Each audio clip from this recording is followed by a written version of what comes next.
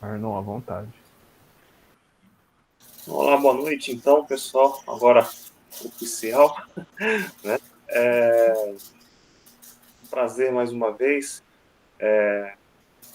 promover, né, um evento, um encontro literário, discutir literatura, ainda que de forma online, né, nessa situação que nós estamos aqui. Mas hoje à noite aqui, em nome da Academia Araçatubense de Letras, né, temos a honra o prazer de trazer uma discussão que, a meu ver, é fundamental para a compreensão da literatura do século XX para cá, né? Que é realmente a Semana de Arte Moderna, ocorrida em 1922, né? E de lá, né, surge então um modernismo, né, na nossa literatura. E vamos trazer aqui essa discussão com o Carlos Brefori. Carlos Brefori, nosso membro também, representante da Academia Araçatubense de Letras. Ele é formado em letras, mestre em teoria da literatura pela Unesp, doutorado e pós-doutorado em teoria literária e literatura comparada pela USP. Carlos, me corrija se eu estiver errado, se eu não me engano, você tem 2 livros, né, publicados, não é isso? Ou 3, né? São 2 livros, um 2, né? sobre Manuel de Barros, que Isso. foi minha pesquisa de doutorado, outro sobre Clarice Lispector, foi a pesquisa de pós-doutorado, e um terceiro em conjunto, com a organização do título, os nossos artigos da revista, da coluna Soletrando, da Folha da Região, né? Então, todos os envolvidos ali na coluna fizeram uma publicação em conjunto. Isso, legal. E essa palestra, né, que nós vamos ter hoje aqui online, ela marca, né, o início de uma série de discussões que nós vamos ter, pelo menos aí até fevereiro do ano que vem, quando de fato ocorrerá o centenário da Semana de Arte Moderna, trazendo debates, né, declamações, discussões. Então, é um projeto aí amplo que a Academia de Letras resolveu abraçar, uma sugestão do próprio Carlos. Então, ninguém melhor do que ele para iniciar estas discussões. Então, meu agradecimento aqui à presença de todos, tá? Não só dos acadêmicos presentes, como também dos demais presentes, pessoas envolvidas com a literatura, apaixonadas, né, por essa arte, como todos nós. Temos certeza que vai ser um encontro muito bacana, muito gostoso. Eu passo então a palavra para o Carlos. Boa noite, Carlos. Obrigado, Arnon. Boa noite a todos novamente. É um prazer muito grande estar aqui representando a Academia Araçatubense de Letras para falar sobre o modernismo de 22 e a Semana de Arte Moderna, né, que é aí uma das minhas paixões literárias, né, em termos de literatura brasileira. E eu venho ao longo desse ano acompanhando aí vários eventos, né, cursos, palestras, simpósios sobre essa geração de 22, sobre os artistas de uma forma geral, né, em alguns casos nomes específicos como Mário, Anitta, entre outros, e o que nós percebemos é uma movimentação muito grande, sobretudo aqui no estado de São Paulo, no ambiente acadêmico, preparando realmente a população, né, os interessados de uma forma geral, para esse evento, né, o centenário de comemoração desse evento, que vai acontecer em fevereiro do próximo ano. Tá? Eu vou pedir licença aqui para vocês para abrir o meu PowerPoint. Basicamente, eu montei aqui uma sequência, né, para falar um pouquinho da geração de 22, desde os antecedentes até o que aconteceu de fato após a semana, né? Alguns vídeos aí para nos auxiliarem também nesse entendimento, alguns textos literários para ilustrar o que foi essa geração. E o que vocês estão vendo aí é a logo da semana, né? Ao lado aí do folheto, né? do entregue no saguão do Teatro Municipal para os presentes, né? Com toda a programação da semana, né? É uma criação do Di Cavalcanti, que foi um dos integrantes aí dessa geração, né, de novos artistas antenados aí com as vanguardas europeias, tá? Então, só para a gente sistematizar e organizar um pouquinho aqui a fala, e vocês também já saberem o que vem pela frente, nós vamos ter alguns momentos aqui dessa fala, né? Então, uma primeira sequência em que eu vou focar os antecedentes da semana de 22, nos principais acontecimentos envolvendo essa geração. Em seguida, nós vamos assistir a 2 vídeos sobre o evento propriamente dito, 2 vídeos curtos aí para contrabalancear aí com a minha fala. E a última parte, né, depois desses vídeos, vão ser algumas considerações sobre o que veio depois da semana, né, as produções pós-Semana de Arte Moderna e alguns textos dessa geração, focando principalmente a questão da cidade de São Paulo, que eu acho que é interessante a gente pensar essa Semana de Arte Moderna como a busca de uma identidade cultural brasileira, né, uma identidade cultural nacional, mas também a construção histórica de um conceito sobre o que é ser paulistano, né, o que é São Paulo. Então nós vamos perceber que muito do que foi feito por essa geração de escritores foi realmente para impor para o resto do país São Paulo como o grande foco aí, não só político e econômico, mas também cultural. E é a imagem, né, que perdura até hoje. Quer dizer, o que os modernistas fizeram lá atrás em 22 deu certo, vingou, porque a imagem que nós temos de São Paulo, né, até hoje é a imagem construída por esse grupo. Tá? Bom, então, aí, claro, né, depois de tudo isso, nós vamos abrir aí para as perguntas, para o debate, para os presentes poderem se manifestar. Tá? Vamos então começar com uma fala do Oswald, né, o Oswald de Andrade, que é um dos mentores aí da semana.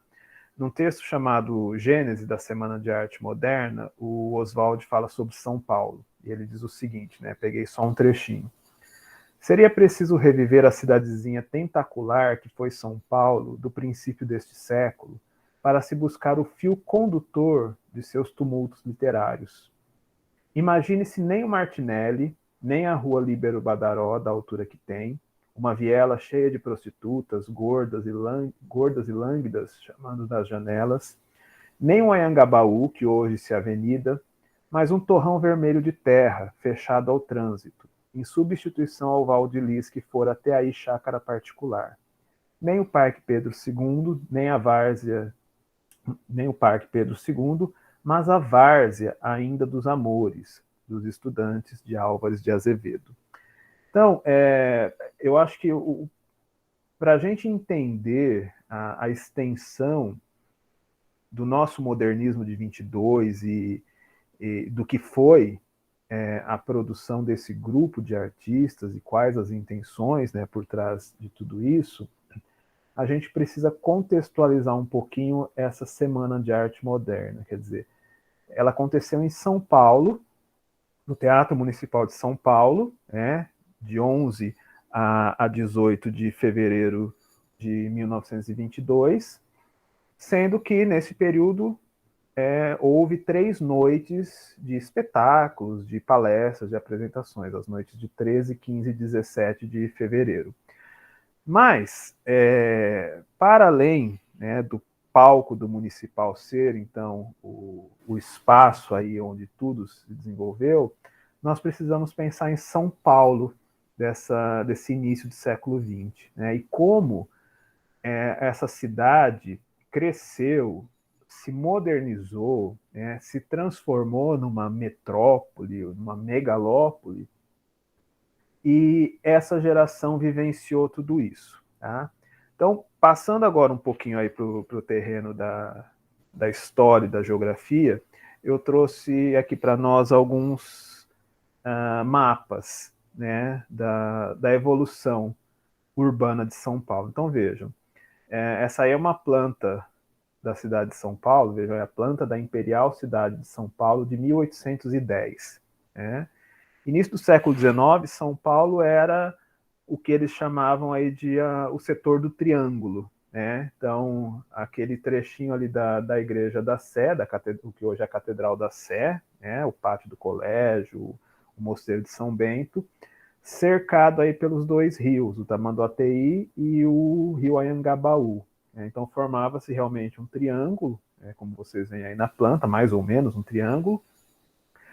E São Paulo começou ali, né, com os jesuítas, com o colégio dos jesuítas, que hoje é o chamado Pátio do Colégio, onde está o Museu Anchieta, né, ali a Praça da Sé, com a Catedral, logo mais para baixo que viria a ser o Vale do Anhangabaú, mas São Paulo era isso.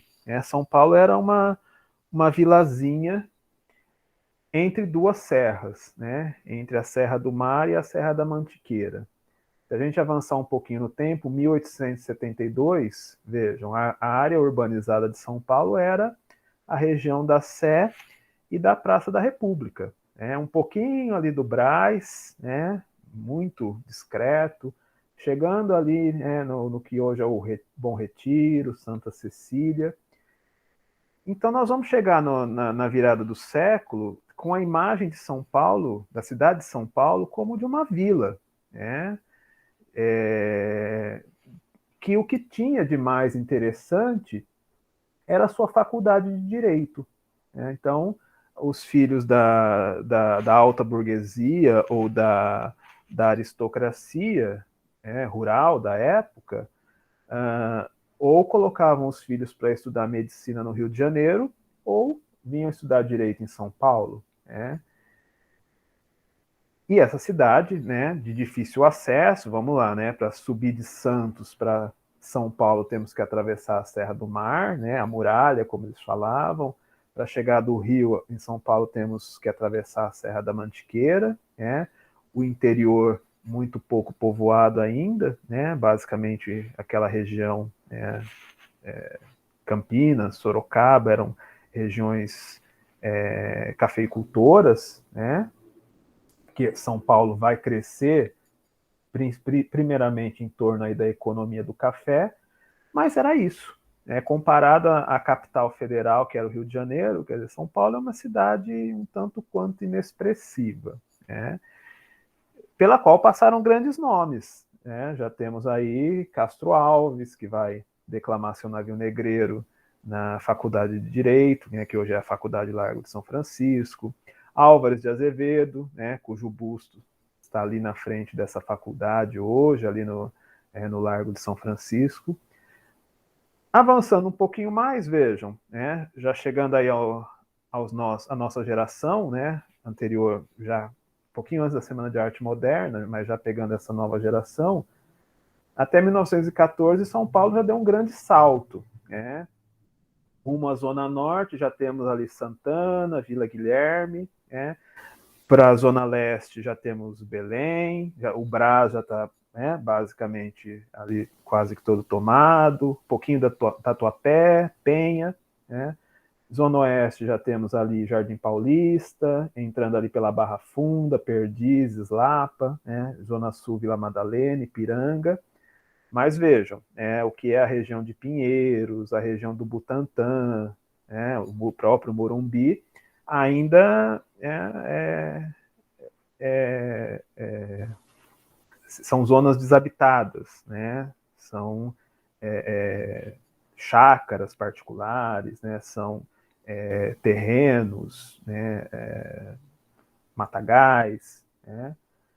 E é interessante que nós vamos ter um livro dessa geração de 22, chamado Brás, Bexiga e Barra Funda, do Antônio de Alcântara Machado, vamos falar sobre ele mais tarde, que pega justamente essa área aí, né? O Brás, o Bexiga e a Barra Funda.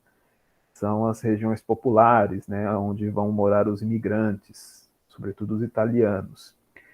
E aí, quando aquele centro antigo começa a ficar muito popular, a classe abastada vai se deslocar para um bairro mais limpinho, né, mais higiênico, digamos assim. E aí vai surgir o bairro de Higienópolis. Né? Bom, avançando aqui em 1929, vejam que a expansão já está muito mais evidente, né? Não atravessamos ainda o Rio Pinheiros, vejam que o Butantã e o Morumbi ainda, né, estão desabitados, né? Imaginem chegar na escola politécnica, né? Que é ali no Butantã, né? O trabalho que dava, né? As primeiras instalações. Mas já, Zona Norte, já cruzamos o Rio Tietê, né? Casa Verde, Santana, Tucuruvi, Jaçanã, famosa, né? Na canção de Adoniran Barbosa, já recebem aí mais povoação. Rumo ao sul, né? Saúde, Cursinho, chegando ali ao Sacomã, e Zona Oeste, né, Vila Matilde, Carrão, ainda não temos Itaquera, né, não temos aí o reduto dos corintianos.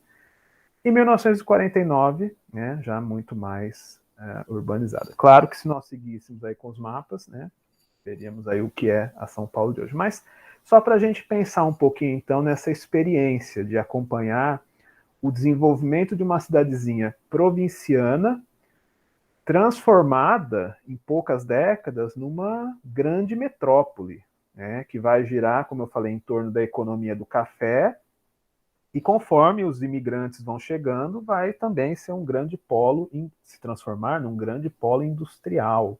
Né? Podemos pensar, por exemplo, em grandes famílias, como a família Matarazzo, né, com seus moinhos, as suas granjas, que vão modificar esse cenário econômico da capital paulista.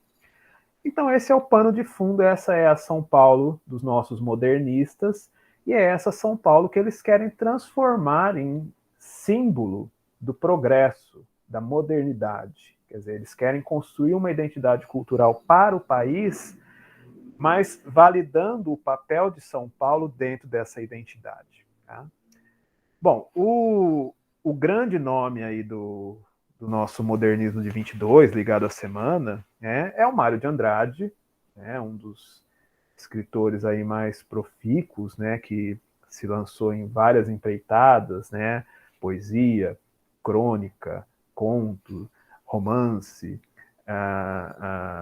ensaios, textos teóricos sobre música, sobre folclore, etc. e tal.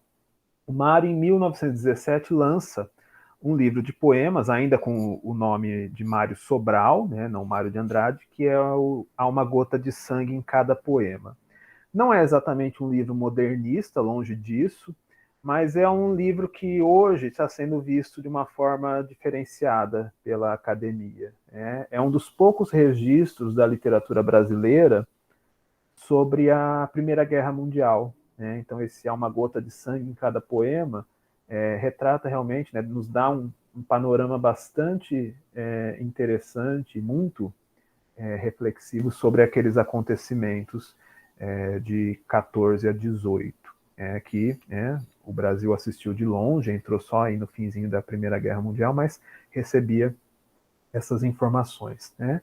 Então surge aí um novo escritor, ainda muito discreto, que aos poucos vai ganhar espaço dentro dessa geração e que vai se transformar num dos grandes porta-vozes aí desse período. Tá? E só fazendo um parênteses, né, de longe aí é o meu escritor favorito aí da geração de 22. Né?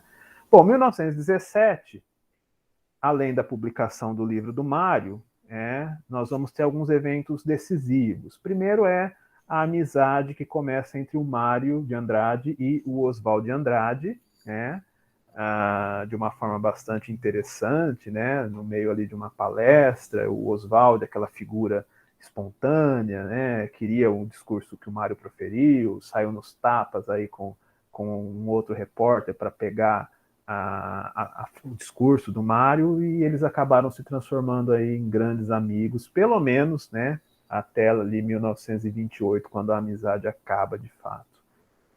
Mas nesse meio tempo, então, no final de 1917, nós vamos ter o evento, assim, que, digamos, une de fato esse grupo, que é a exposição da Anita Malfatti. Então, a Anita Malfatti passou alguns anos na Alemanha, estudando pintura moderna, pintura expressionista, e traz essa nova tendência, quer dizer, essa vanguarda estética para o Brasil. Ela faz uma primeira exposição em 1914, que passa despercebido pela crítica, né? Não chama tanta atenção, mas essa de 1917 foi algo realmente mais retumbante, né? Então, obras aí, são 53 trabalhos que ela expõe, né, como A Estudante Russo, O Homem Amarelo, A Boba, né, as mais representativas, que chamam a atenção da população, né, a população,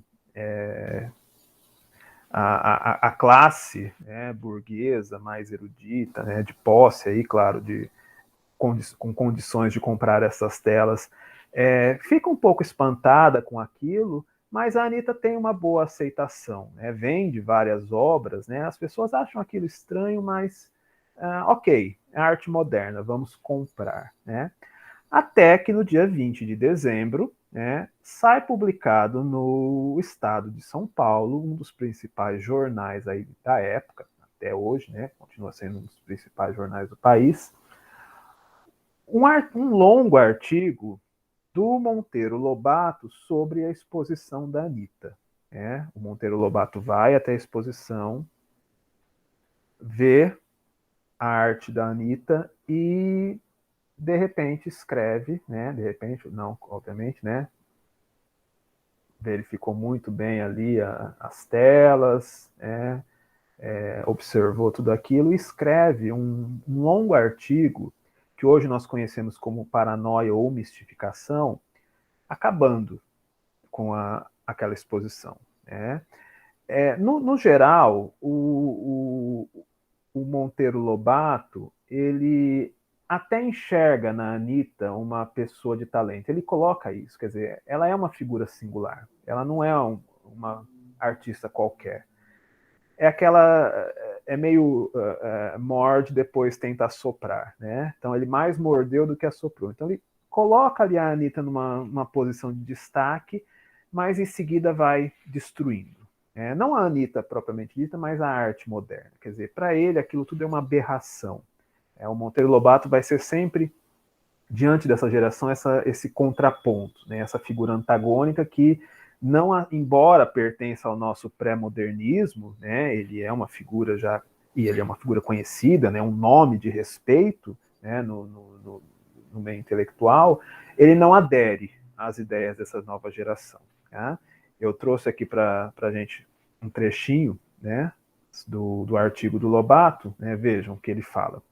Estas considerações são provocadas pela exposição da senhora Malfatti, onde se notam acentuadíssimas tendências para uma atitude estética forçada no sentido das extravagâncias de Picasso e companhia. Essa artista possui talento vigoroso, fora do comum. Poucas vezes, através de uma obra torcida para a má direção, se notam tantas e tão preciosas qualidades latentes. Entretanto, seduzida pelas teorias do que ela chama arte moderna, penetrou nos domínios do impressionismo, ele até troca aqui as bolas, discutibilíssimo, e põe todo o seu talento a serviço de uma nova espécie de caricatura.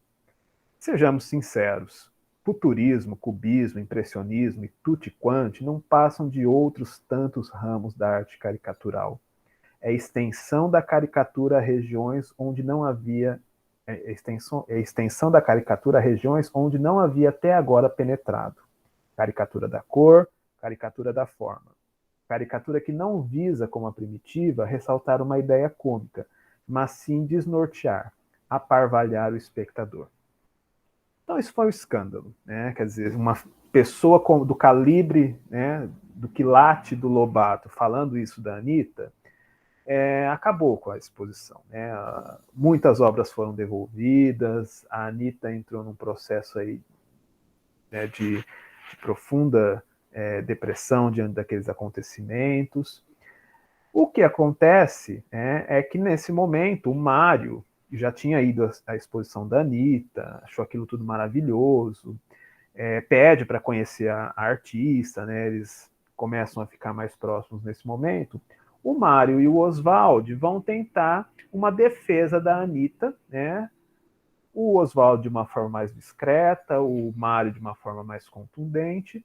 A questão é que a partir dali está formado um novo grupo, né? E esse novo grupo passa a ser o centro de interesse desse novo programa estético. Quer dizer, a partir dali que as coisas começam a se organizar. Né? Essa amizade que surge ali, então, entre os três e que vai culminar aí na exposição de 22. Tá?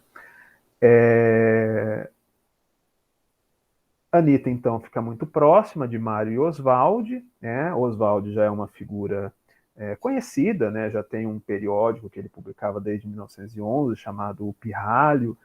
Vai ser um grande articulista de outros jornais da época, como o Correio Paulistano, o Jornal do Comércio. E esses artistas, então, começam a se movimentar em prol dessas tendências de vanguarda que estão surgindo, que já estão na Europa a todo vapor, e que eles querem trazer para o Brasil e dar uma cara de modernidade à arte brasileira. Né? Só um parênteses aqui, naquele momento eles não se chamam de modernistas, né? A expressão em voga era futurista. Então, muito pouco se fala dos modernistas de São Paulo. Nós temos os futuristas e esse futurismo, nós vamos ver daqui a pouco, tem uma carga bastante pesada em alguns momentos, até por conta de associações feitas ao futurismo italiano, que descambou para o fascismo, né? Vamos falar disso daqui a pouco. Bom, o fato é que esses jovens artistas começam a se organizar, né? Temos aí várias publicações de outros nomes, como Menotti Del Pique, Guilherme de Almeida. Em 1920, o Menotti Del Pique vai publicar um poema dramático chamado As Máscaras. Né? Quem é do Clube do Livro, nós trabalhamos esse poema em julho. Né? Não é um poema modernista, mas ele serve aí como pretexto para os eventos que vão acontecer em 1921, já numa fase preparativa para a semana de 22. Né? Então, esse é um depoimento do Menotti, né? Ele fala, né? Reunidos em torno de uma mesa, o poeta solar do verão, Martins Fontes, o que viria a ser o grande tribuno da Revolução Constitucionalista de 32, Ibrahim Nobre, os saudosos Armando Pamplona, Assunção Filho e eu, centrava a homenagem dos rapazes. Os rapazes éramos nós, naquele longínquo 1920, a graça juvenil de uma linda santista, única mulher na mesa. Foi ela a platônica inspiradora dos poemas que nasceram ali. A certa altura, Assunção Filho propôs: por que você, Martins Fontes, e você, Menotti, não escrevem cada um poema para marcar esse tão alegre instante de nossa companhia e de nossa mocidade? Então, o Menotti Del Pique escreve, né, esse poema que será As Máscaras, né, que sai publicado ainda em 1920, e em 1921 nós vamos ter alguns eventos em torno dessa publicação. Né? Vocês estão vendo aí uma imagem do Correio Paulistano, 3 de janeiro de 1921. Já temos uma notícia, ontem na Vila Quirial, esse cenáculo da arte, do espírito, o senhor doutor Freitas Vale ofereceu ao nosso companheiro de trabalho, Menotti Del Pique, o poeta das máscaras, e o Paim, o brilhante ilustrador desse poema, uma festa de arte a qual compareceu a elite da intelectualidade paulistana. Então vejam que em 1921 já entramos num novo ano aí, com muitos eventos envolvendo esse grupo. Né?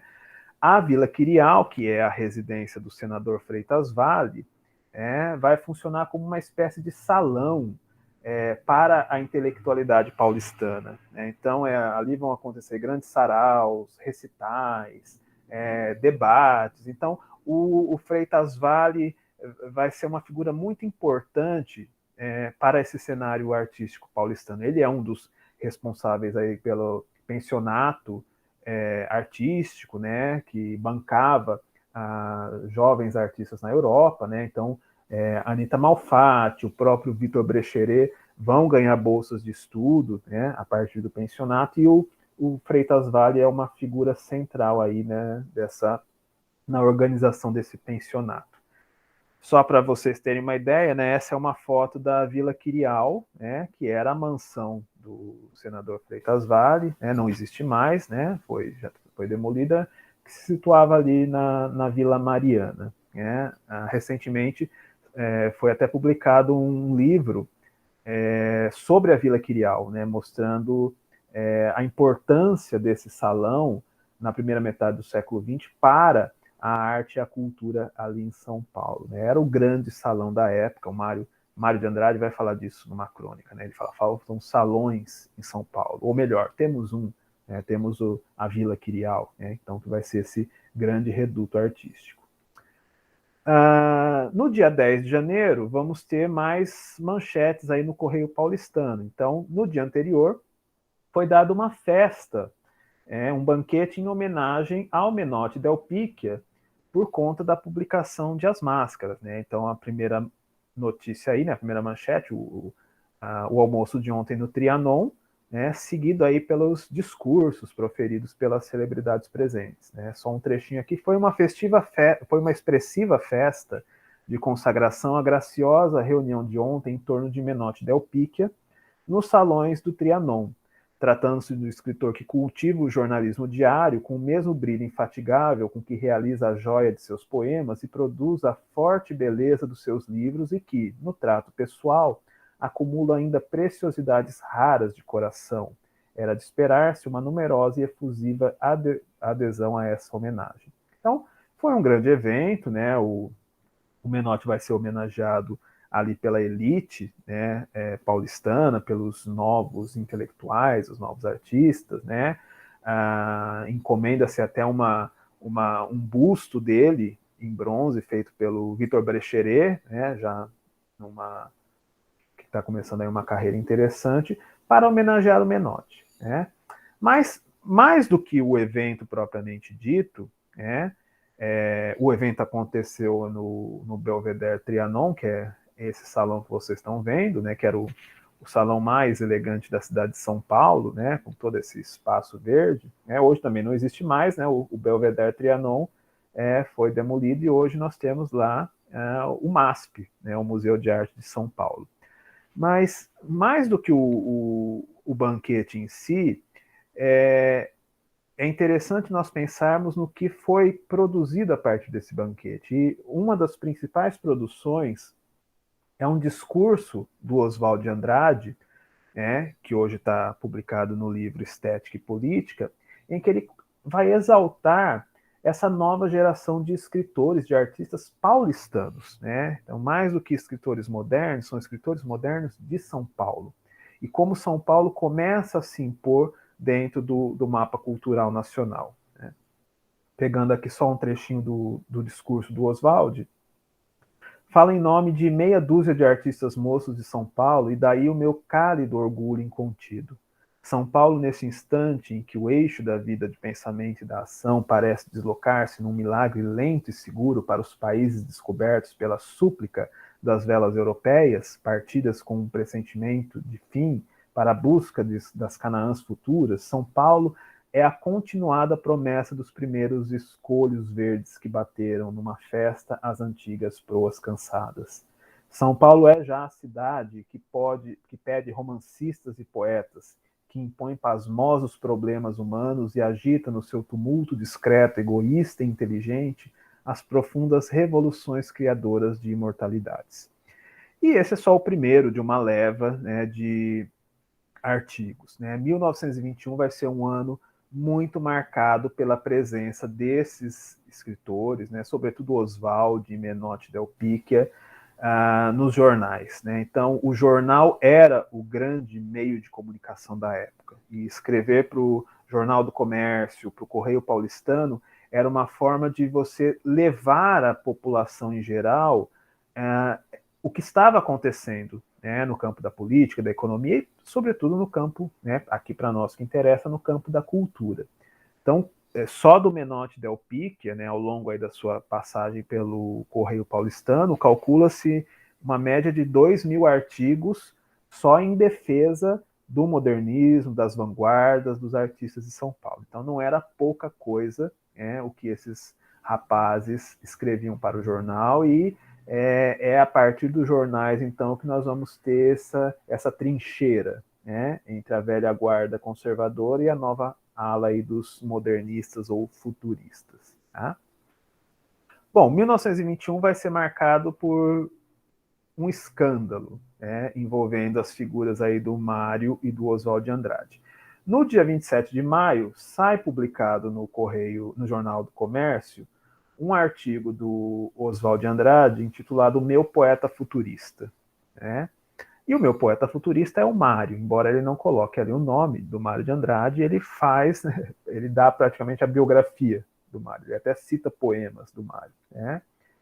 Esse é um trechinho, né? Certo é que São Paulo ferve de arte boa e nova e que o alarma soado nas barracas da decadente feira vaidosa e provinciana que funcionou até há pouco o seu jaburu jornalístico de consagrações. Se transmutará com rapidez numa fácil reposição de valores invencíveis. Discutir-se-á, no entanto, o meu poeta futurista. Vejo-o no pavor e na coragem, ambos extremados, dos conduzidos às forças sensacionais. Pobre e delicioso, ia lançar-lhe o nome simples. E segue. Ele vai fazer um longo elogio ao Mário, né? O Mário já está escrevendo os poemas de Paulicéia Desvairada nesse momento, o Oswald tem acesso, né? Oswald, né? Vamos pronunciar corretamente o nome dele. O Oswald tem acesso a esses poemas e ele pega, inclusive, um dos poemas do Mário e coloca no meio do artigo. Olha, né? O meu poeta futurista é tão bom que escreve isso. O fato é que ser chamado de futurista na época era algo complicado. Né? Então, o Mário passa a ser motivo de chacota ali, né, nos seus círculos, nos círculos pelos quais ele transita. Né? E o Mário, né, é um professor de música do Conservatório Musical, né, não é uma figura abastada, dá aula para as filhas da elite paulistana, o Mário começa a ficar temeroso, né? Inclusive perde aí algumas alunas depois desse artigo, porque não era de bom tom ser chamado de futurista, né? O fato é que, dias depois, o Mário vem a público, né, e escreve no próprio, né, Jornal do Comércio um outro artigo em defesa de si próprio, chamado Futurista, né, com interrogação e exclamação. Né? Ele escreve a 6 de junho. Sem surpresa nenhuma, aliás, veio penalizar-me a realidade do artigo Meu Poeta Futurista, em que Oswald de Andrade lança um dos meus mais íntimos amados e amados companheiros. Vejam que ele não fala que é ele. Ele fala, olha, tem um amigo comum, entre nosso aqui, que é o poeta futurista, vou defendê-lo. Né? Infelizmente, tanto para ele como para mim, o artigo merece resposta e refutação. Não me recuso a elas. É domingo 29 do mês de Maria. Aproveito o descanso rápido que me sobra dessas 10 horas ao meio-dia para rascunhar essas letras sem sumário. E aí vai escrever um longo artigo defendendo esse suposto poeta futurista, que é ele próprio, todo mundo já sabe que é ele, né? Justamente negando esse título, né? Essa alcunha aí de futurista. Bom, o fato é que o Oswald vem a público de novo com uma tréplica, né, para validar a ideia do futurismo. O Mário deixa por isso mesmo, né, as coisas caminham, mas vai chegar um momento, e aí já estamos no segundo semestre de 2021, em que o Mário resolve escancarar, né, e se posicionar com todas as letras aí contra a arte acadêmica, contra a arte parnasiana, que vai ser o grande a grande pedra no sapato aí desses modernistas, e defendendo uma nova visão estética, né, ligada aí a essas inovações que vêm da Europa. Uma série, então, de artigos que o Mário escreve, né, e publica aí no Jornal do Comércio, chamado Mestres do Passado. Então, são 7 artigos, né, um artigo introdutório falando, né, desses mestres, né, desse parnasianismo aí da virada do século, e a ideia é justamente, né, virar a página, abrir aí os braços para uma nova estética que está caminhando, né, diante deles. E nos 5 artigos que formam o miolo, quer dizer, nós temos um primeiro que é uma introdução, o último que é o choque final, né, quando o Mário solta o verbo definitivamente contra eles, e os 5 artigos aí do meio, cada um deles falando de um dos parnasianos, né? Olavo Bilac, Raimundo Correia, Alberto de Oliveira, Francisca Júlia, e o quinto que agora, né, me foge aqui o nome. São artigos longos em que o Mário realmente se coloca ali como crítico literário e vai apontando, quer dizer, onde eles acertaram, né? Quer dizer, o que tem de bom na produção deles, mas também, olha, isso é ranço, isso não serve mais, isso é lugar comum. Então, ele acaba com todos eles. Em maior ou menor grau, né, ele vai à desforra, né, e mostra tudo que para ele existe de equívoco nessa geração parnasiana, né? Esse é um trechinho do último artigo, que também é bastante longo, né, em que ele, vejam o tom do Mário, né? Malditos para sempre os mestres do passado, que a simples recordação de um de vós escravize os espíritos do amor incondicional pela forma. Que um olhar passeando por acaso nos vossos livros se segue à procura de um verso de ouro. Que uma flor tombada de uma das mãos infantis sobre o vosso túmulo rebente em silvas de tais espinhos que nela se fira e sucumba à ascensão dessa infância. Que o Brasil seja infeliz porque vos criou. Que a terra vá bater na lua arrastada pelo peso dos vossos ossos. Que o universo se desmantele porque vos comportou e que não fique nada, nada, nada. Bom, então, aí, né, já temos um Mário muito mais combativo, né, que vai, do qual daqui a pouco irá surgir a Ode ao Burguês, né, um dos grandes poemas aí do Paulo Ceres Vairada, mas já então essa postura realmente de defesa pública da arte modernista, né, de negação desse passado, de rompimento com esse passado. E nesse momento, então, esses dois grupos já estão bastante delimitados, né? Quem pertence aos passadistas, quem são os modernistas, e agora, né, estamos próximos aí à realização do evento de 22, que vai ficar conhecido como a Semana de Arte Moderna. Só para fechar 1921, ainda vamos ter uma exposição do Di Cavalcanti, chamada Fantoches da Meia-Noite, né, com gravuras, também já pegando esse estilo modernista, né, um tanto umas pinceladas aí de expressionismo, a gente percebe, né, quase que caricatural, e o Di Cavalcanti, que supostamente, né, pelos relatos, pela parte documental, teria sido a pessoa que sugeriu, então, uma semana de arte moderna, né? Então, o Oswald vai falar que a Semana de Arte Moderna surgiu na Garçonnière que ele mantinha ali na rua Líbero Badaró, né? Mas o fato é que nas suas memórias, né, o Di Cavalcanti se coloca como o idealizador, né? Temos aí uma fala dele. Eu sugeri a Paulo Prado a nossa semana, que seria uma semana de escândalos literários e artísticos, de meter os estribos na barriga da burguesiazinha paulistana, né? Então, sendo um, sendo o outro, o fato é que entramos em 1922 com esse grupo já organizado, né? E aí essa ideia de um festival, né, uma exposição permanente ali, né, no teatro, no saguão do municipal, mas também noites, né, de debates, de palestras, de récitas, né, envolvendo esses grandes nomes do nosso modernismo. Então, artistas como Di Cavalcanti, Anita Malfatti, Vicente do Rego Monteiro, Vitor Brecheret, Oswaldo Villa-Lobos, Heitor Villa-Lobos, né? Troquei aqui o nome, Heitor Villa-Lobos, Guiomar Novaes, da música, os nossos escritores, né? Mário de Andrade, Oswaldi, Menotti, Cassiano Ricardo, Guilherme de Almeida, o já consagrado Graça Aranha, da Academia Brasileira de Letras, né?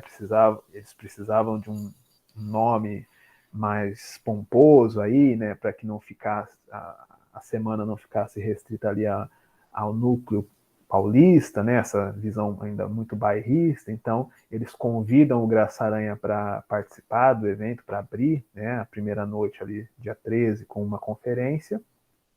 E chegamos, então, a semana propriamente dita. Tá?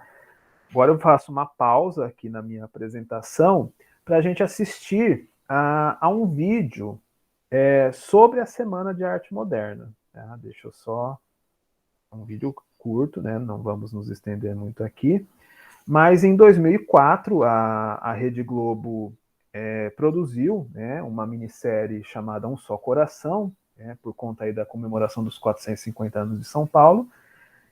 E uma das sequências aí da minissérie é justamente a Semana de Arte Moderna. Né? Então, claro, existe uma intriga central ali em torno da família Penteado, né, bastante influente na época, mas temos aí algumas figuras, né, coadjuvantes, né, Mário, Oswaldi, Anitta, Graça Aranha, próprio Lobato, que aparecem aí na primeira sequência da minissérie, justamente porque pega aí o evento de 22. Né? A própria Tarsila, né, que não participou da semana, porque estava estudando na Europa ainda nesse momento, mas né, chega depois ao Brasil e aí vai conhecer o grupo, né, já era a amiga da Anita Malfatti, vai casar com o Oswaldi, vai separar do Oswaldi, e aí temos né, todas as fofocas aí de bastidor.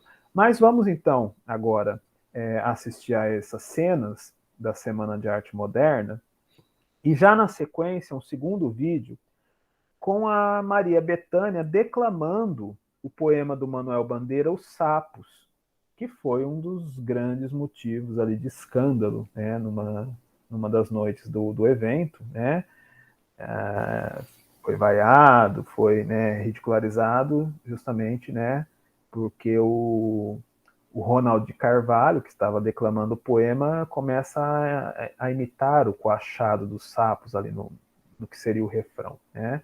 Então nós vamos ver essa sequência aí das cenas da minissérie Um Só Coração, mostrando a Semana de Arte Moderna, e em seguida a Bethânia declamando Os Sapos, e aí eu volto aqui para o nosso PowerPoint, tá? Eu vou fechar aqui o meu microfone e meu vídeo para que o som possa sair aí para vocês, tá? Só um minutinho.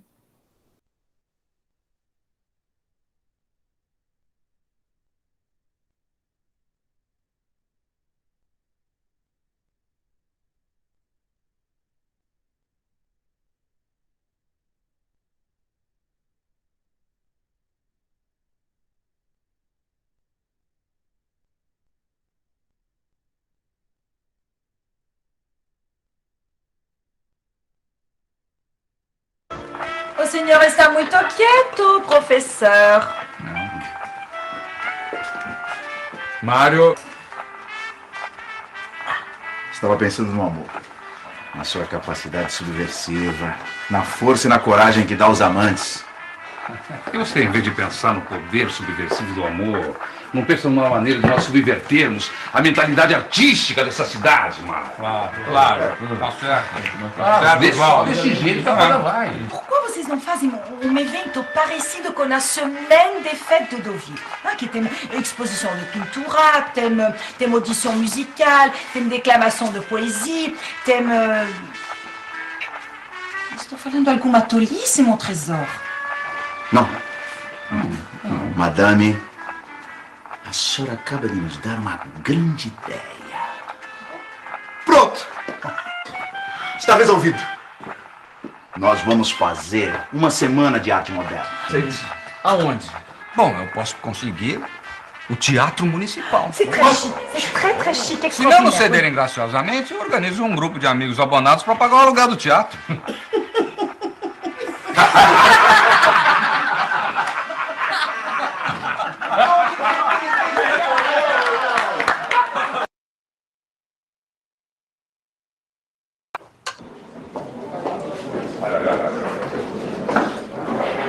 No Teatro Municipal. Isso! E olha, o Lobato vai ser o presidente do nosso evento. Eu, presidindo a Semana de Arte Moderna, nem pensar. O Lobato tem medo de se deixar seduzir pela arte moderna. Desse risco eu estou livre, Oswaldo. Quando vocês fizerem a Semana de Arte Brasileira, pode me convidar. Lobato, chega! Lobato! Almirante Graça Aranha. Até que enfim você chegou. Mesdames et messieurs, acabei de chegar do Rio e trago uma notícia alvissareira. Vendi 2 milhões de sacas de café para a França. Oh, c'est formidable. Você vendeu milhões em sacas do meu café ao governo francês? Pronto! Agora que o Paulo Prado ficou ainda mais rico, ele vai patrocinar sozinho esta Semana de Arte Moderna. C'est très bien, excellent, mon chéri.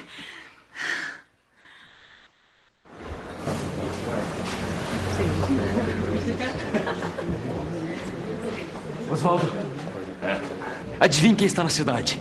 Quem? O Graça Aranha. Olha, como a senhorita Boêmio está presente, eu vou responder em francês. Je m'emmerde! O que você tem contra o Graça Aranha? O homem é um diplomata, um escritor conceituado. Daria um bom presidente para nossa semana. O Di tem toda a razão, Oswaldo. Não é, Guilherme? O Graça Aranha é uma excelente indicação. Tem boas relações e nós precisamos trazer gente do Rio de Janeiro, senão o Brasil não vai tomar conhecimento da semana.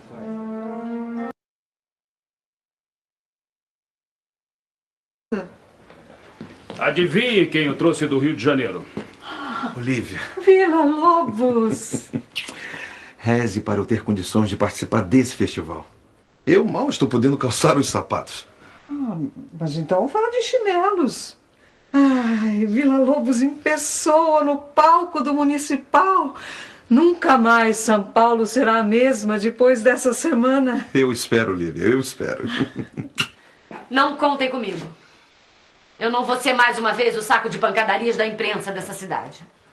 Qual é o sentido de se fazer um festival de arte moderna, sem a artista que nos revelou o expressionismo, Anita Malfatti? E quem gosta de expressionismo, além de você e o Mário?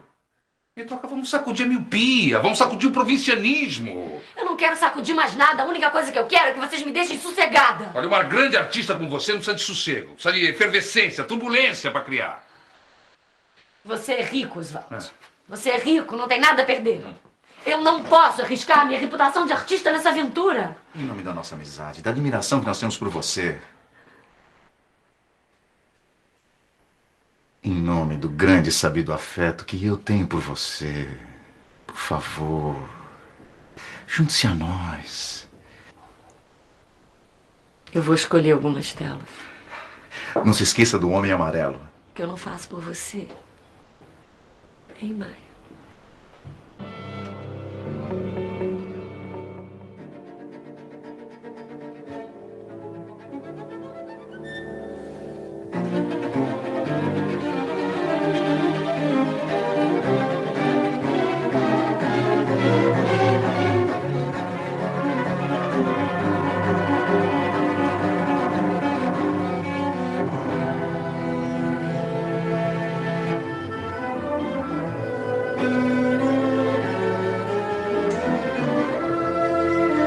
No dia 13 de fevereiro, a Semana de Arte Moderna estreou no Teatro Municipal de São Paulo, alugado por R$ 847.000, com alguma expectativa e curiosidade.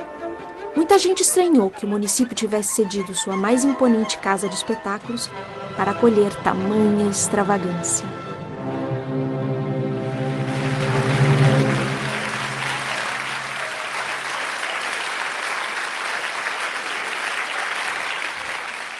Para muitos de vós, esta curiosa e sugestiva exposição que gloriosamente inauguramos hoje é uma aglomeração de horrores.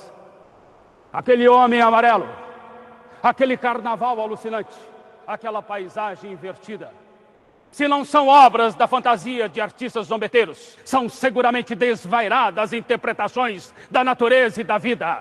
Bravo, Graça Aranha! Bravo! Não está terminado o vosso espanto.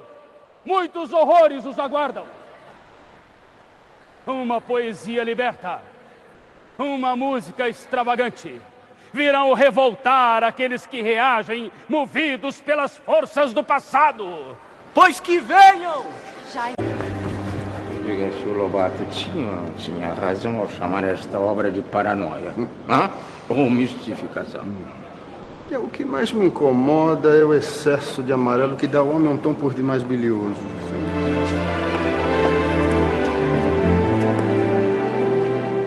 Então isso é arte moderna?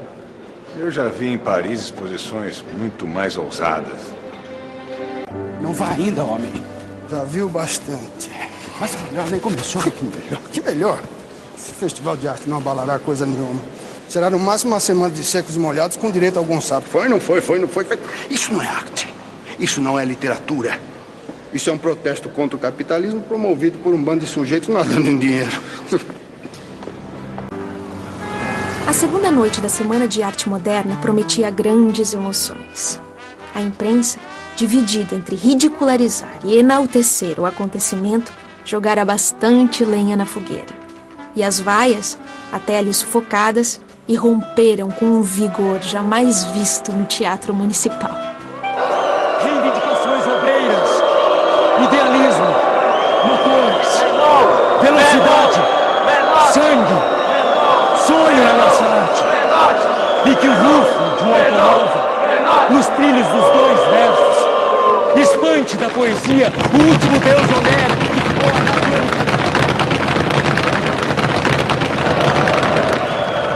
Estão dizendo que você pagou aos estudantes para vaiar. Mas isso é uma calúnia. Alma havia regressado naquele instante. Retirou a blusa. Anita Malfatti lembraria anos depois que quanto mais a vaia subia, mais calmo e feliz ficava Oswald de Andrade lendo um trecho do seu romance Os Condenados. Sua voz suave, mas de registro intenso, foi aumentando de volume até terminar tudo o que queria dizer. Os velhos morrerão! Sim! O futuro começa hoje! Seremos lindíssimos, insultadíssimos, celebérrimos. Nossos nomes serão eternizados na história da arte brasileira.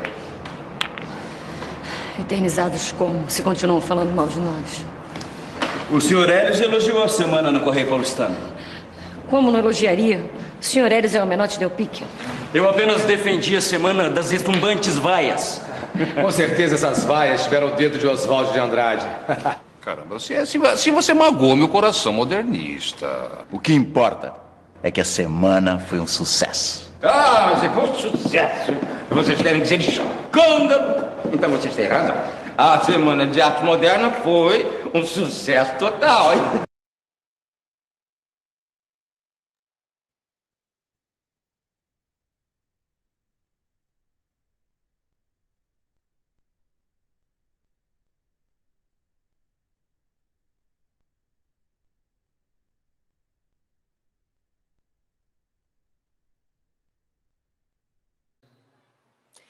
Enfunando os papos, saem da penumbra aos pulos os sapos. A luz os deslumbra. Em ronco que a terra berra o sapo boi. Meu pai foi à guerra. Não foi. O sapo tanoeiro, parnasiano aguado, diz: meu cancioneiro é bem martelado. Vede como primo em comer os hiatos, que arte, e nunca rimos termos cognatos. O meu verso é bom, frumento sem joio, faço rimas com consoantes de apoio. Vai por 50 anos que lhes dei a norma, reduzi sem danos a formas, a forma. Clame a saparia em críticas céticas, não há mais poesia, mas há artes poéticas. Urra o sapo boi. Meu pai foi rei. Foi, não foi. Brada em um assomo o sapo tanoeiro. A grande arte é como lavor de joalheiro, ou bem de estuário. Tudo quanto é belo, tudo quanto é vário, canta no martelo. Outros sapos, pipas.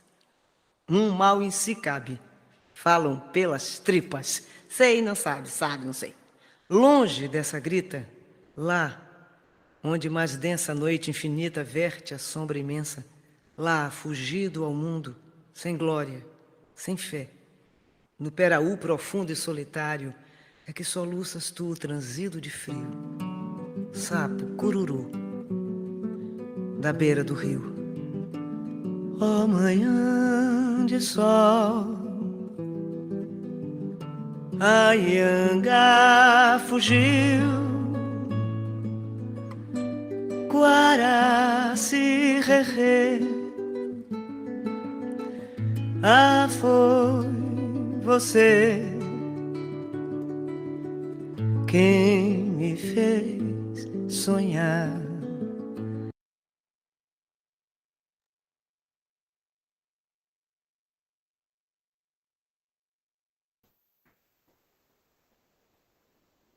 Voltando aqui para nós, então. Deixa eu voltar aqui no nosso PowerPoint, só um minutinho. Então, eu queria agora, já passando aí para a última parte aqui da apresentação, e aí também para dar um pouquinho de tempo para vocês falarem, né, para a gente discutir. Só alguns apontamentos aí depois o que veio depois do evento, né? A geração de 22 vai ser muito marcada aí pelas revistas literárias, né? Pela produção de revistas literárias e também por alguns manifestos, né? Vocês estão vendo aí uma foto de fundo, é uma produção da imprensa oficial de São Paulo, que é a caixa das revistas modernistas, né? Então, a Claxon, a revista de antropofagia, Terra Roxa, Estética, a revista. Então, é um conjunto aí dessa produção dos artistas de 22, né? Daquela geração que participou da semana, alguns que surgiram depois, mas basicamente, então, nós vamos ter aí esses periódicos circulando logo após, né, a realização daí do evento da Semana de Arte Moderna. A primeira é a revista Claxon, né? Vocês têm aí a capa dela, idealizada pelo Guilherme de Almeida, esse A, bem ao estilo futurista, né, agressivo, e vai ser uma publicação, então, que reúne textos literários, ensaios sobre literatura, sobre estética em geral, desse grupo, né? Então, a Claxon começa ali a circular já em 22 e vai até o comecinho de 1923, já como um importante veículo aí de circulação das ideias aí do grupo, que já está bem estabelecido. Vale lembrar que em 1922 sai publicado também Paulicéia Desvairada, do Mário de Andrade, já vamos falar sobre ele, né, daqui a pouco, que é considerado aí o primeiro livro modernista aí da nossa literatura. O Manifesto da Poesia Pau-Brasil, do Oswald de Andrade, que sai em 1925, né, pouco antes da publicação do livro de poemas Pau-Brasil, que nós vamos citar também daqui a pouco, um dos poemas do Oswald, né? O Oswald vai nos trazer aí dois manifestos bastante importantes, né, para essa geração. O da Poesia Pau-Brasil e depois o Manifesto Antropófago, né? Então, esse da Poesia Pau-Brasil que antecede o livro de poemas Pau-Brasil, que é aquele momento em que o Oswald volta aí o seu olhar para a história do Brasil, para o elemento indígena, né? Permeando aí esses poemas, né, pela sátira, pela comicidade, essa escrita, como eles chamavam, escrita telegráfica, né, muito enxuta, sintética. Então, um livro central aí da produção de 22. E a Revista de Antropofagia, de 1928, né, vocês têm aí na primeira edição o Manifesto Antropófago, do Oswald de Andrade, né, com a famosa expressão to be or not to be, that's the question, né? E ao fundo há um desenho, né, da pintura O Abapuru, que seria o motivo de tudo. Então, o Abapuru, que foi pintado pela Tarsila, né, naquele momento mulher, né, esposa do Oswald. Essa pintura é dada por ela ao marido, e dali teria surgido, então, essa ideia da revista de antropofagia, né? De devorar o que existe de melhor aí na arte do outro, ou na cultura do outro, e trazer isso, transformar isso em algo nacional. Tá? Nós vamos falar um pouquinho mais do Oswald daqui a pouco, né, com os poemas, mas a revista de antropofagia seria o último grande momento, né, dessa geração heróica de 22. Primeiro porque é o rompimento, né, do Mário com o Oswald, né, eles rompem definitivamente, e nesse momento a geração já está bastante esfacelada, né? É interessante porque, embora eles se organizassem ali em função da semana, né? E realmente gastaram muita energia em torno daquilo, né? Do evento propriamente dito, o que a gente percebe depois é que não havia uma unidade no grupo, né? Então, aqueles mais, né, que foram no calor da hora ali, né, por conta dessa inovação, do burburinho, acabaram se desligando porque não tinham tanta afinidade, ou, né, não eram grandes artistas de fato para seguir aí uma carreira nas letras, né? Algumas amizades desfeitas, como Mário e Oswald, né? Anitta vai para a Europa, né? Ganha a bolsa do pensionato, então fica aí alguns anos fora também, né? Um pouco desligada do grupo, volta com uma atitude um tanto quanto conservadora, né? O Mário e ela acabam tendo um desentendimento, embora se gostem muito, a amizade dos dois esfria, e me parece que, pensando na figura central aí, que é o Mário de Andrade, a amizade mais duradoura, né, ele morre em 45, a amizade que ele levou até o fim da sua vida foi a de Tarsila do Amaral, mesmo que à distância. Né? Então, 1929, a quebra da Bolsa de Valores em Nova York, a crise do café, a ascensão do nazifascismo, acabou aquele clima festivo, né, da geração de 22. Não havia como sobreviver ao peso dos acontecimentos históricos, e a partir de 1930, uma nova face do modernismo brasileiro se inicia. Né? Mário vai continuar publicando até a sua morte em 45, vem muita coisa boa dele ainda pela frente, o próprio Macunaíma, né? Não podemos deixar de lado aí a grande obra em prosa do nosso modernismo de 22, que sai publicado em 28, né, durante a fase da antropofagia. Oswald vai morrer em 54, esquecido, já afastado dos amigos, né, perdeu muitos amigos em vida, porque também era uma figura bastante complicada. Quem conhece a biografia do Oswald, né, aquela pessoa que não mede palavras, prefere perder o amigo, mas não perde a piada, né? Então, um fim bastante triste, né, para alguém que teve o papel que teve na semana de 22. Mas eu queria, de fato, encerrar falando um pouquinho da cidade de São Paulo e como ela é representada aí nos poemas de 22, né, nos escritos de 22. Por quê? Um dos grandes ideais dessa geração era construir uma identidade cultural nacional e colocar São Paulo como um grande polo, né, como uma grande referência para o resto do país. E, de fato, né, conseguiram isso.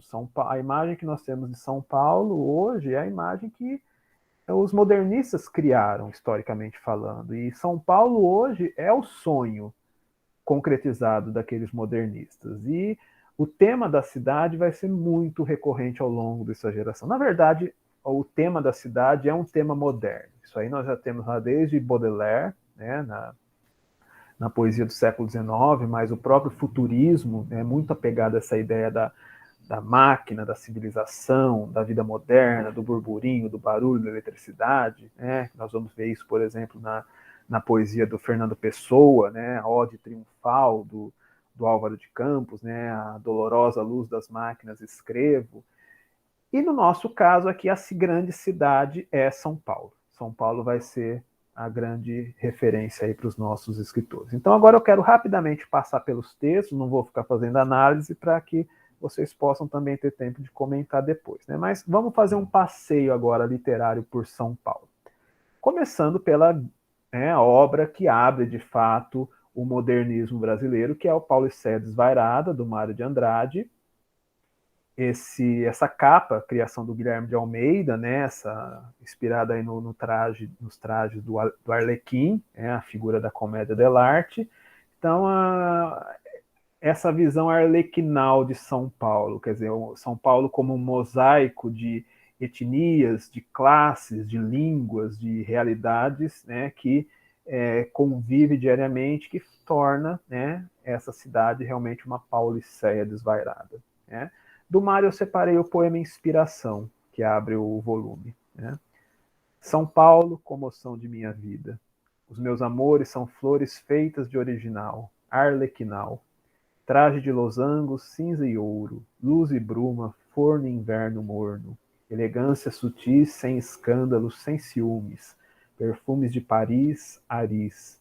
Bofetadas líricas no Trianon, algodoal. São Paulo, comoção de minha vida. Galicismo a berrar nos desertos da América. Do Oswald, né, o livro Pau Brasil, que vocês estão vendo aí com a bandeira, né, o que seria a bandeira do Brasil na capa, criação da Tarsila.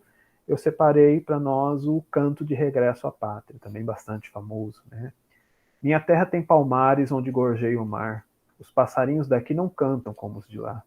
Minha terra tem mais rosas e quase que mais amores. Minha terra tem mais ouro, minha terra tem mais terra. Ouro, terra, amor e rosas, eu quero tudo de lá. Não permita, Deus, que eu morra sem que eu volte para lá. Não permita, Deus, que eu morra sem que eu volte para São Paulo, sem que eu veja a Rua 15 e o progresso de São Paulo. Então vejam aí também a questão dessa ideia de modernidade. Né? Cosmópolis, um conjunto aí de crônicas que o Guilherme de Almeida faz sobre São Paulo. Né? Um dos livros de crônicas do Guilherme, existe um outro, Pelas Ruas, né, também falando bastante de São Paulo, mas Cosmópolis traz aí alguns textos centrais aí dessa produção da cronística do Guilherme. Né? Então, Rapsódia Húngara, Rosa dos Ventos, Alto da Moca. É aqui em cima que moram todos os ventos de São Paulo. Rua do Oratório, que não é rua e não tem nenhum oratório. Uma subida alongada, cansada, arrastada, vai, não vai, em segunda não vai, em primeira vai. Foi, pronto, o bairro húngaro de São Paulo. Domingo, o céu está azul e a terra está seca, e venta no céu e na terra. Rosa dos ventos. 2 pneus sobre uma nuvem vermelha que fica atrás, morrendo. O meu cigarro dura 1 minuto só, todo furado pelo ar inquieto da altura. De posse a posse os fios dançam, sem expressão e a sua dança bamba e paralela. Rosa dos Ventos, o bairro húngaro de São Paulo. De São Paulo? Não sei. São Paulo parece que está tão longe, lá muito além dessa planura cor de barro, bem além daquele arrepio de chaminés de fábricas e balões de gasômetros, um pouco além daquela verdura de parque que tem uma cobra de água parada no meio, lá, ali onde estão os cubos altos, oxidados de distância. São Paulo enorme de casas e gentes de todos os estilos. Cosmópolis, resumo do mundo. Menotti Del Picchia, também ali figura central da geração, de 22, o bairro da Luz. Estão incendiando todas as casas do bairro com as últimas brasas do poente de cobre. Jardim da Luz. Uma sabrada de sol faísca sobre o casco de um bombeiro que apaga um incêndio tantálico no olhar de uma mucama de azeviche negra e bela como um bárbaro fetiche. Apita um trem que vai partir para o Nordeste. Como um fino golpe metálico, uma clarina acutila a tarde azul celeste. Brás, Bexiga e Barra Funda, Antônio de Alcântara Machado, já citamos ele aí no começo da nossa conversa, os imigrantes, os italianos que formaram São Paulo. Então, o Antônio de Alcântara vai fazer uma grande homenagem a essa ala de imigrantes, que formou a grande capital. Carmela, um dos contos aí do Brás Bexiga. 18h30, nem mais um minuto, porque a madama respeita as horas de trabalho. Carmela sai da oficina, Bianca vem ao seu lado. A Rua Barão de Itapetininga é um depósito sarapintado de automóveis gritadores. As casas de modas, ao chique parisiense, São Paulo Paris, Paris elegante, despejam nas calçadas as costureirinhas que riem, falam alto, balançam os quadris como gangorras. Espia se ele está na esquina. Não está. Então está na Praça da República. Aqui tem muita gente mesmo. Aí o conto segue. Cassiano Ricardo, foi lembrado numa das nossas últimas reuniões aí pelo Tito, Cassiano Ricardo, que poucas obras publicadas atualmente aí no nosso mercado. Uma delas é o Martim Sererê, que persiste aí nas novas edições. A Vila de Anchieta. E num dia de janeiro, parecendo ao padre indômino que era justo esse lugar, ali bem no alto da serra, junto à porta do sertão, Anchieta funda uma vila que seria a mãe de todas, as vilas da redondeza, casas lisas e quadradas, brinquedo de ruas tortas, própria de um povo apressado, que iria rasgar caminhos rumo ao sertão ignorado. E que Deus desse a esse povo bons músculos e bons ossos, e a sedução do horizonte cheio de coisas remotas. Santo Anchieta teve logo a ajuda não só dos índios, mas dos bichos, pois uma onça, tomada de humilde assombro, lhe veio lamber a mão. E um bando de uirás em festa lhe veio cantar no ombro, e o rio lhe trouxe a água para a sua primeira sede. E já um carijó sapateiro, que depois trabalharia como um louco noite e dia, em sapatões para gigantes, lhe fez um par de sandálias, que o seu destino santo era o mais simples de todos, andar, andar.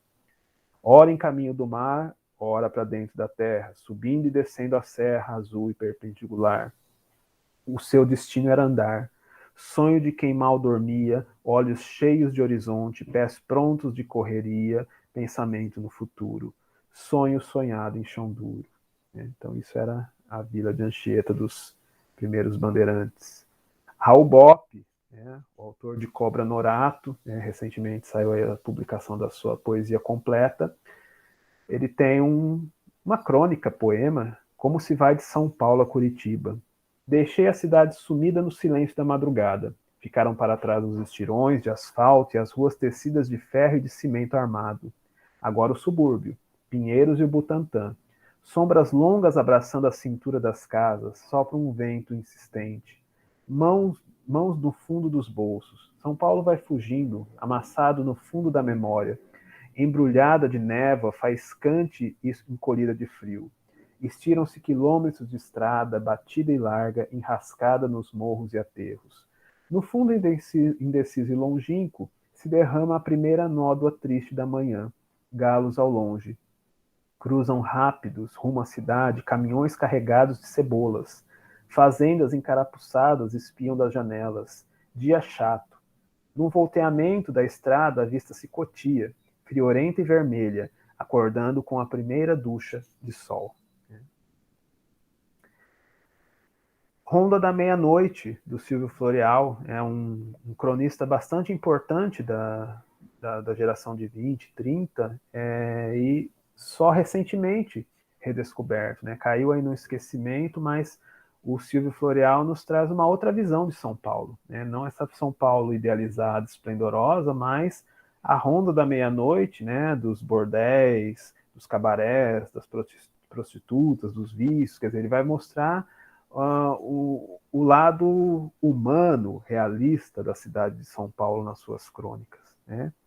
São Paulo é essa cidade esperança, a convergência da audácia, a vitória milagrosa das improvisações, onde as pelejas furiosas dos interesses, na volúpia dos esforços, vão edificando numa luta sólida e indivisa a civilização última hora.